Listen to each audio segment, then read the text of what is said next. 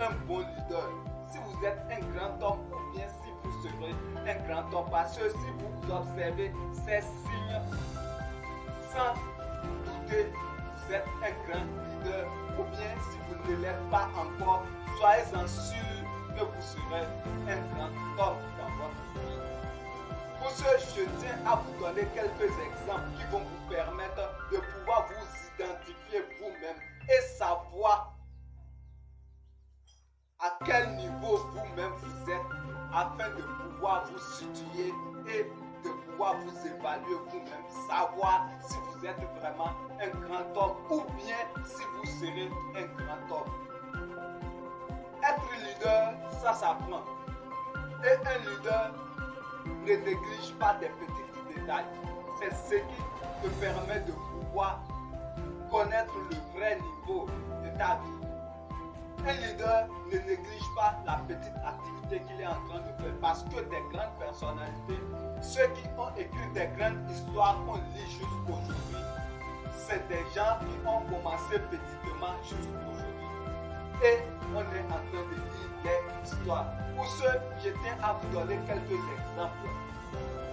Des exemples qui vont vous permettre, vous aussi, de pouvoir vous évaluer et savoir si vous serez un grand leader ou bien si vous serez un grand homme. Alors, la première exemple, c'est celle-ci. Élisée a commencé sa carrière de prophète en lavant les mains d'Élie. Lui, c'est la première personne. Et si nous voyons le roi David, il a commencé sa carrière petitement en jouant de la harpe pour le roi Saül. Quand les mauvais esprits entraient dans le roi Saül, David, qui est un grand roi, mais qui ne l'était pas encore, jouait souvent de la harpe et cela chassait les mauvais esprits du roi Saül. Et si nous allons aussi nous interférer dans le livre de Josué, Josué, c'est un grand général que nous savons tous. Et il a commencé sa carrière petitement en servant le vieux prophète Moïse. Donc, tous ces gens-là ont commencé petitement. Et encore, si nous devons parler de la plus grande personne, qu'aujourd'hui on ne parle plus de cette personne, de Jésus-Christ. Jésus-Christ a commencé comme un charpentier. Mais aujourd'hui, son histoire a demeuré et elle sera pour toujours. Et si nous prenons notre monde actuel, nous avons Henry Ford. Henry Ford qui a commencé dans son garage et aujourd'hui qui a une grande société Ford qui est le premier fabricant de véhicules au monde.